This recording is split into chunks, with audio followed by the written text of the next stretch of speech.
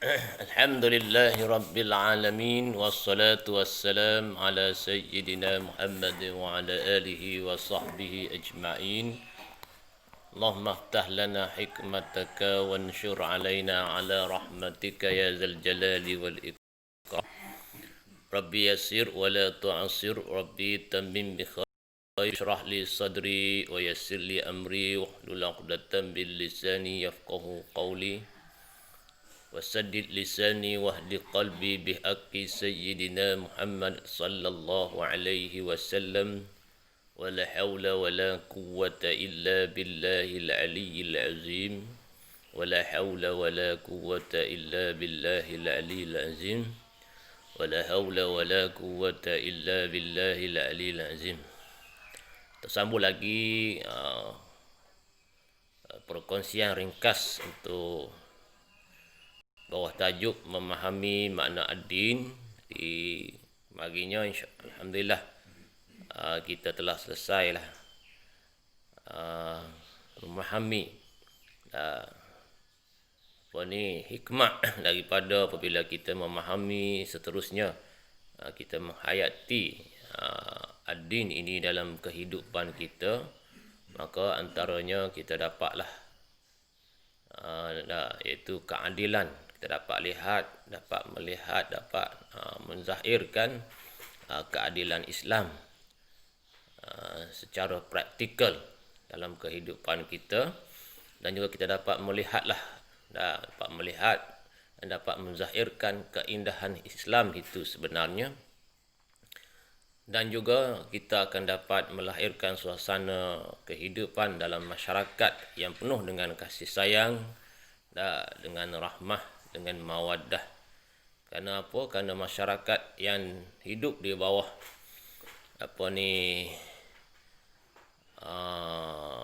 peraturan ataupun undang-undang Allah Ta'ala yang disebut sebagai ad-din ni, masyarakat ni dia tidak akan suka mencari salah seseorang, bahkan dia akan membetulkan kesalahan dan kesilapan yang dilakukan oleh ahli-ahli masyarakat. Juga mereka ini tidak akan suka melihat orang-orang susah, masyarakat yang susah, yang mana yang susah mereka akan bantu. Dan juga mereka ini bukan menghukum orang-orang jahil, bahkan mereka membetulkan, mengajar mereka, membimbing mereka, dan mereka tidak akan melihat, tidak akan sanggup melihat orang-orang miskin. Mereka tidak mencaci, menghina orang-orang miskin, bahkan mereka membantunya. Itulah situasi sebahagian daripada hikmah-hikmah yang akan dapat, yang masyarakat akan dapat insya-Allah apabila kehidupan masyarakat itu dipayungi oleh ad-din, yakni agama Allah Ta'ala. Artinya bila masyarakat itu hidup dalam keadaan kehidupan yang mengikuti peraturan ataupun undang-undang Allah Ta'ala,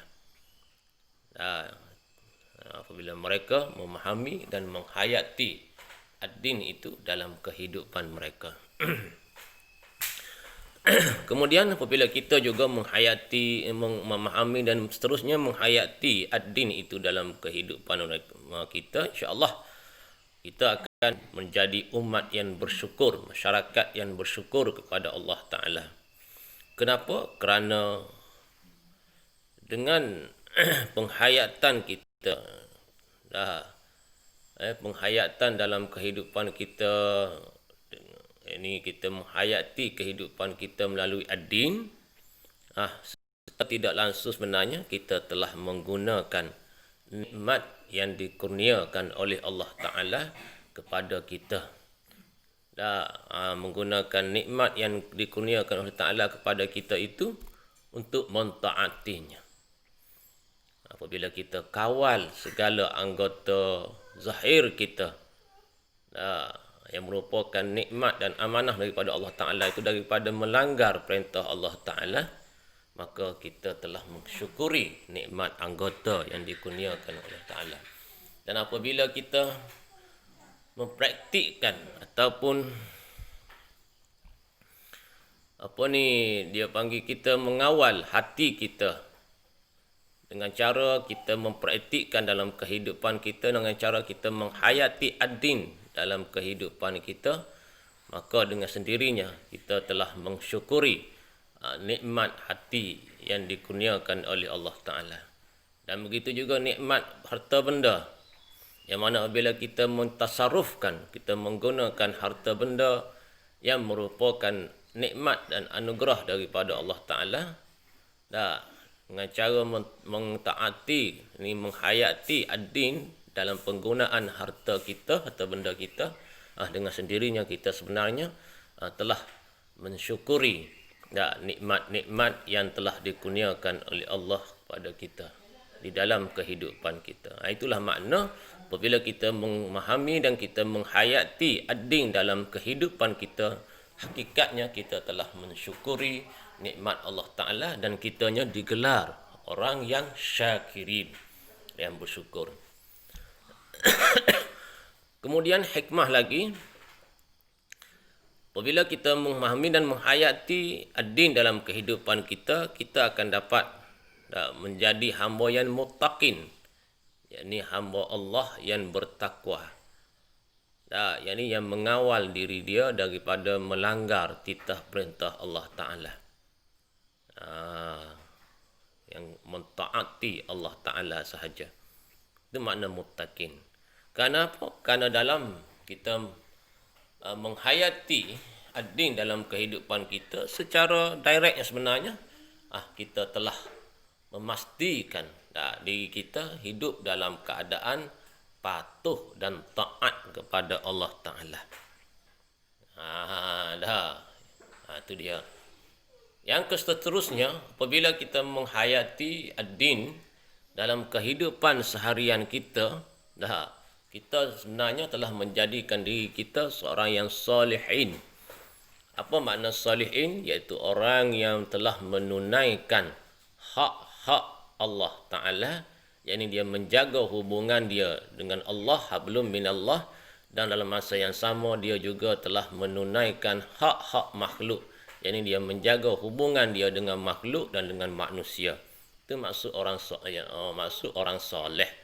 Orang soleh ni orang yang menjaga hubungan dia dengan Allah dan juga menjaga hubungan dia dengan makhluk.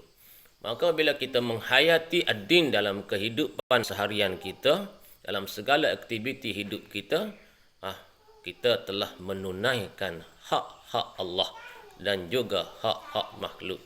Sebab itulah dikatakan kita ni orang salihin. Dan seterusnya, az-zakirin.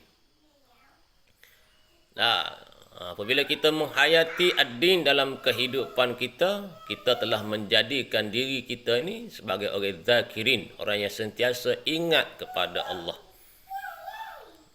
Apabila kita menghayati ad-din ini, kita dikatakan orang yang zakirin, orang yang sentiasa mengingati Allah.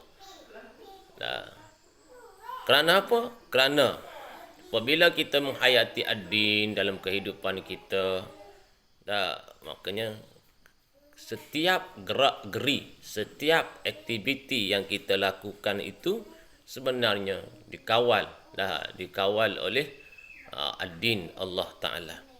Kerana kita berada dalam lingkungan ingat kepada Allah Ta'ala.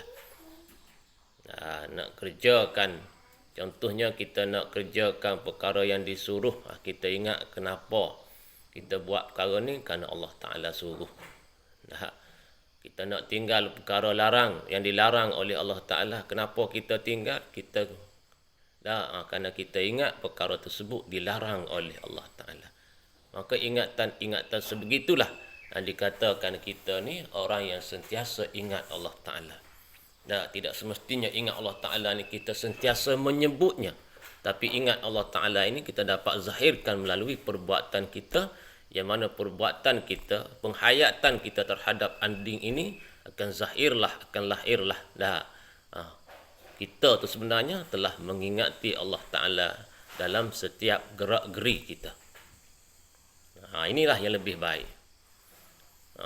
Kalau duk zikir Allah Allah tapi perbuatan tu tak ikut Allah Taala suruh. Tu dia tidak panggil orang ingat, orang lupa. Tu dia panggil orang sebut saja. Orang yang hanya menyebut zikir dengan makna menyebut, tidak dengan zikir dengan makna mengingat. Zikir ni patutnya kita kena ada dua pemahaman, iaitu pertama sebut, yang disebut di mulut, yang keduanya ingat dalam hati dan ingat pada anggota kita, anggota tubuh badan kita. Ingat dalam hati, ingat kita ni di bawah kawalan Allah Ta'ala sekurang-kurangnya, dan ingat pada anggota, yakni kita menghayati menghayati ad-din dalam kehidupan kita. Yakni kita menghayati peraturan, kita praktikkan peraturan-peraturan hidup dalam kehidupan seharian kita. Jadi kita dapat sebut di mulut, ingat dalam hati, kemudian kita dapat amalkan dengan anggota. Inilah orang zakirin yang sebenarnya. Wallahu a'lam. InsyaAllah kita sambung pada masa yang akan datang.